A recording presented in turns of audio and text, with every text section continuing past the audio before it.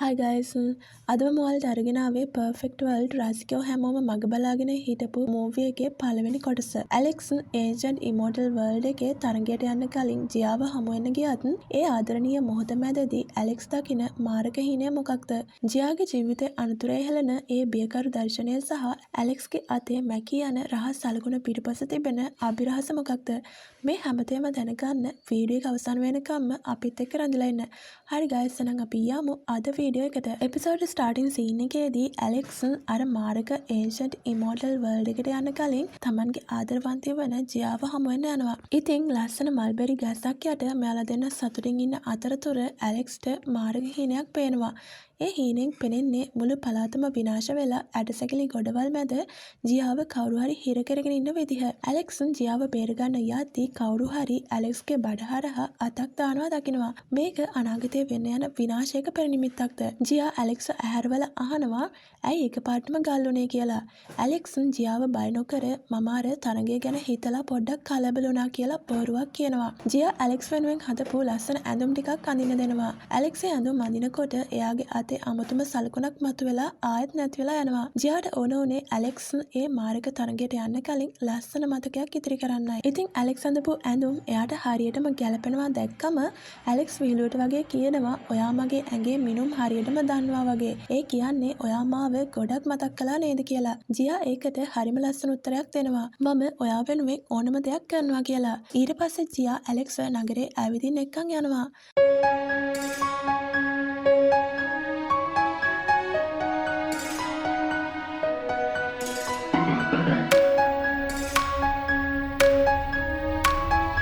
මේ දෙන්න මාකට් එකේ විනෝද වෙන ගමන් ජියා ඇලෙක්ස් ලස්සන ෆෑන් එකක් තෑගි දෙනවා.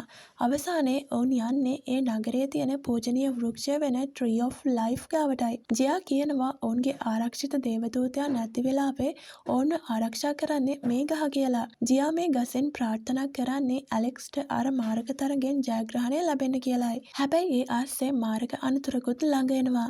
අපි දකිනවා අවියාවිත ගත්තු ගෑනු ළමයි පිරිසක් හොරෙන් ඇලෙක්ස්ගේ සහ ජියාගේ දිහා බලාගෙන ඉන්නවා. ඒ වගේම තමන්ගේ අසනීප දියණියව සුව කරගන්න කියලා ගසින් ඉල්ලන තාත්තා කෙනෙක් එතනට එනවා. මේ සතුට පිරුණු පරිසරය අස්සේ මොකක් හරි නරක දෙයක් වෙන්න යනවා වගේ දැනෙනවා. ඉතින් මේ ගස කරන්නේ මිනිස්සුන්ව සුව කරන එක නෙමෙයි. එතන ඉන්න හැමෝගෙම ජීව ශක්තිය හොරෙන් උරා ගන්න එකයි. මේක ට්‍රී ඔෆ් ලයිෆ් එකක් නෙමෙයි. ශක්තිය උරාපුන මාරක ගසක් කියලා ඇලෙක්ස් තේරුම් ගන්නවා.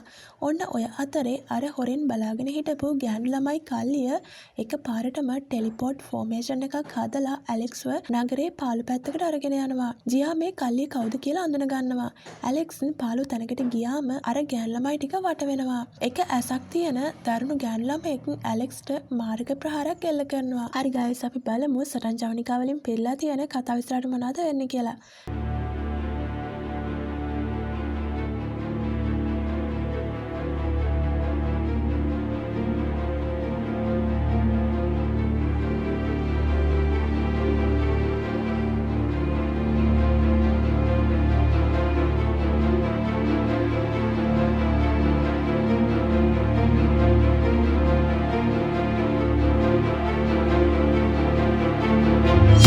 ඇලෙක්ස් තමන්ගේ අතේ තිබුණ ෆෑන් එක යූස් කරලා අර ගෑනු ළමයි කල්ලියට ලේසියෙන් පහර දෙනවා. ඇලෙක්ස් කියනවා උඹලා මගේ ප්‍රතිවාදියෝ වෙන්න තරම් ශක්තිමත් නැහැ. ඒ නිසා ඇත්ත කියපන් උඹලව කවුද උඹලව එව්වේ කියලා. හැබැයි මේ ගෑනු ළමයි අතාරින්නේ නැහැ. කඩුයි ලොකු ආයුධයි අරගෙන ඇලෙක්ස්ට එක දිගටම ඇටැක් කරනවා. ඇලෙක්ස් තමන්ගේ වේගයයි ෆෑන් එකේ තියෙන පවර් එකයි යූස් කරලා ඕනව විසි කරලා දානවා. සටන මැදදී පුංචි ගෑනු ළමයෙකුත් ඇලෙක්ස්ට පිටුපසින් කඩුවකින් අනින්න හදනවා. ඒත් ඇලෙක්ස් හරිම ලේසියෙන් එයාවත් පරද්දනවා. ඒ ගෑනු ළමයා කියනවා මට විශ්වාස කරන්න බෑ මට ඔයාව පරද්දන්න බැරි ගැන කියලා. ඊට පස්සේ තවත් ගෑනු ළමයෙක් ඊතල වලින් විදිනවා. ඒත් ඇලෙක්ස් ෆෑන් එක යූස් කරලා ඊතල වල දිශාව වෙනස් කරනවා.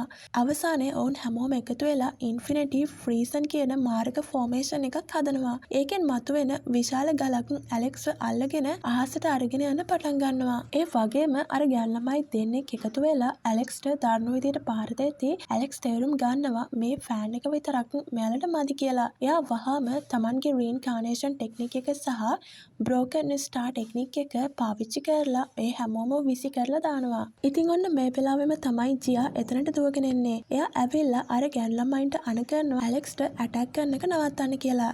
එතකොට තමයි ලොකුම රහස එළි වෙන්නේ. මේ සටන්කාරියෝ ඔක්කොම ජියාගේ ආරක්ෂකයන්. ඔවුන් ඇලෙක්ස්ට පහර දීලා තියෙන්නේ ජියාගේ අම්මා ගැන නිසායි. ජියාගේ අම්මට ඕන වෙලා තියෙනවා ඇලෙක්ස් තමන් ගාවට ගෙන්න ගන්න. ජියා කියනවා ඇලෙක්ස් මගේ යාළුවෙක්. මොකක් හරි වැරදීමක් වෙලා තියෙන්නේ කියලා. ජියා ඇලෙක්ස්ගෙන් අහනවා මගේ අම්මා ඔයත් එක්ක කතා කරන්න ඕනේ කියනවා. ඔයාට පුළුවන්ද එයාව හම්බ වෙන්න යන්න කියලා. ඇලෙක්ස් ජියා වෙනුවෙන් ඒකට කැමති වෙනවා. ජියා අම්මට ඔවුන්ගේ සම්බන්ධය ගැන කලින්ම කියලා තියෙන නිසා ඇලෙක්ස් ටිකක් බය නැතුව යන්න ලෑස්ති වෙනවා. ජියා අර කැප්ටන්ට කියනවා අම්මා ඉන්න තැනට ඇලෙක්ස්ව ටෙලිපෝට් කරන්න කියලා.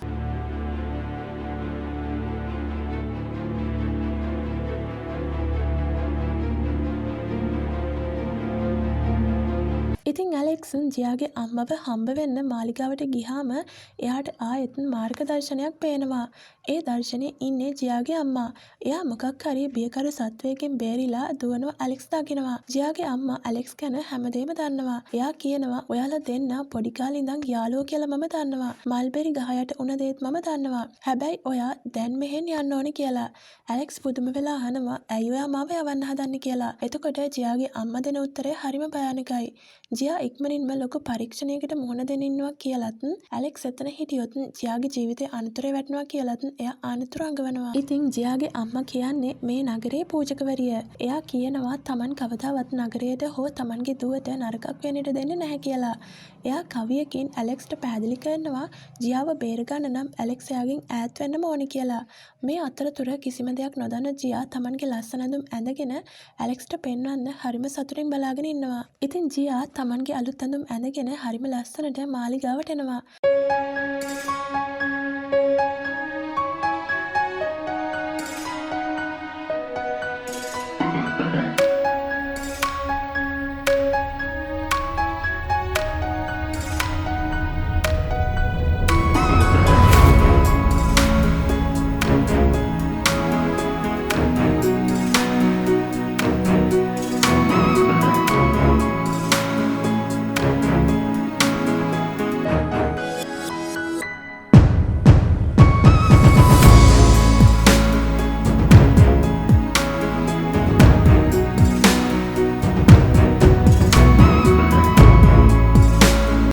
එන්නේ තමන්ගේ අම්මා ඇලෙක්ස් රහසින් කරපු තර්ජනය ගැන කිසිම දෙයක් දන්නේ නැතුවයි.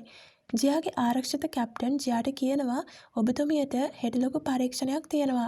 ඇලෙක්ස් එතන ඉන්න එකෙන් ඔයාගේ අවධානය බෙදෙන්න පුළුවන් කියලා. ඉතින් ජියා හරිම සංවේදී විදිහට හිතනවා මම මෙච්චර කාලයක් බලාගෙන හිටපු කෙනා අද මගේ ඉස්සරහා ඉද්දි මට එයාව ඈත් කරන්න බෑ කියලා. ජියා එයාගේ අම්මට පුරොන්දු වෙනවා මම හැමෝගෙම බලාපොරොත්තු ඉටු කරනවා කියලා. එතනදී තමයි ලොකුම රහස එළි වෙන්නේ.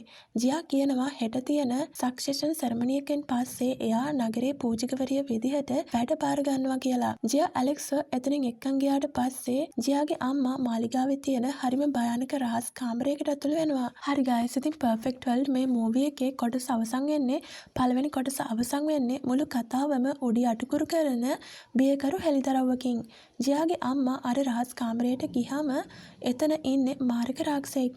මේ රාක්ෂයා දැක්කම අපිට තේරෙනවා ජියාගේ අම්මා මේ නගරේ පූජකවරිය වුණාට ඇය ඇත්තටම ඉන්නේ මේ මාරක රාක්ෂයා එක්ක එකතු වෙලා ධර්මතම කුමන්ත්‍රණයක කියලා. ජියාගේ අම්මා කියනවා හෙට සෙරමනි එකෙන් පස්සේ අපේ ප්ලෑන් එක ක්‍රියාත්මක කරන්න පුළුවන් කියලා. රාක්ෂයා ඇලෙක්ස්ගෙන් අහද්දී ඇය කියනවා ඒ ගැන බය වෙන්න එපා. මම ඌව මෙහෙන් යවන්න පියවර අරන් තියෙන්නේ. එයා අපේ වැඩේට බාධා කරන්නේ නැහැ කියලා. ජියා තමන්ගේ අම්මව විශ්වාස කරලා පූජක තනතුර බාර ගන්න හදද්දී ඇත්තටම ඇගේ අම්මා ජියාව පාවිච්චි කරලා කරන්නේ මාරක විනාශයක්ද. තමන්ගේ දුව බිල්ලට දීලා හරි මේ කුමන්ත්‍රණය කරන්න ජියාගේ අම්මා සූදානම් වගේ පේනවා. ජියාගේ මුළු වංශයම මේ රාක්ෂකයාට ගොඩක් වටිනවලු. හරි ගයිස්, ඒ විදිහට පර්ෆෙක්ට් වර්ල්ඩ් මේ මූවි එකේ පළවෙනි එපිසෝඩ් එක අවසන් වෙනවා. හරි, ඉතින් ජියාව බය නොකර තමන් දැකපු ඒ මාරක හීනේ හංගගෙන හිටියත් සතුරන් ඔවුන් වට කරලා ඉවරයි. ජියාගේ අම්මා ඇලෙක්ස් මාලිගාවට කැඳවන්නේ ඇත්තටම උදව් කරන්නද නැත්නම් මොකක් හරි තවත් එක උගලක්ද? ඇලෙක්ස් සහ ජියාගේ ආදරයට වෙන්නේ මොනවද කියලා අපි මූවි එකේ ඊළඟ කොටස් වලින් බලමු. Okay guys, see you next time.